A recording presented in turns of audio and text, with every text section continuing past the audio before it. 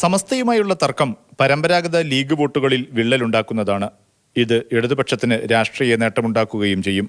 എന്നിരിക്കെയാണ് ഇടതുപക്ഷത്തുള്ള INL സംസ്ഥാന president Ahmed Devarkovil സമസ്ത league ഐക്യത്തിനു വേണ്ടി രംഗത്തെത്തിയത്. കേരളത്തിൽ മുസ്ലിം ലീഗ് ദീർഘകാലം സമസ്തയുമായി യോജിച്ചു പോയിട്ടുള്ള ഒരു പാർട്ടി എന്ന നിലക്ക് ഇനിയും ആ ബന്ധം തുടരണം എന്ന് തന്നെയാണ് ആഗ്രഹിക്കുന്നത്.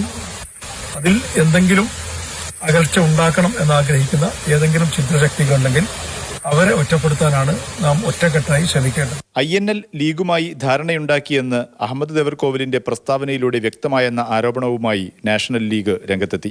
മുസ്ലിം ലീഗിന് ഗുണകരമല്ലാത്ത നിലപാടെടുക്കുന്ന ആളുകൾ ഛിദ്രശക്തികളാണ് എന്ന് INL സംസ്ഥാന പ്രസിഡന്റ് പറയുന്നു എന്ന് പറഞ്ഞാൽ അവരും ലീഗും തമ്മിൽ നേരത്തെ ഉണ്ടാക്കിയ ധാരണ യാഥാർത്ഥ്യവൽക്കരിക്കുന്നതിന്റെ അദ്ദേഹത്തിന്റെ ഭാഗത്തു നിന്നുള്ള പ്രക്രിയ ആരംഭിച്ചു എന്ന് വേണം കരുതാൻ. ലീഗുമായുള്ള സമസ്ത ഭിന്നത രാഷ്ട്രീയമായി ഉപയോഗിക്കാൻ CPM പല ഘട്ടങ്ങളിലായി ശ്രമിച്ചിട്ടുണ്ട്. ലോക്സഭാ തെരഞ്ഞെടുപ്പിൽ പൊന്നാനിയിലെ ഇടത് സ്ഥാനാർത്ഥിത്വം പോലും ഇതിന്റെ ഭാഗമായിരുന്നു.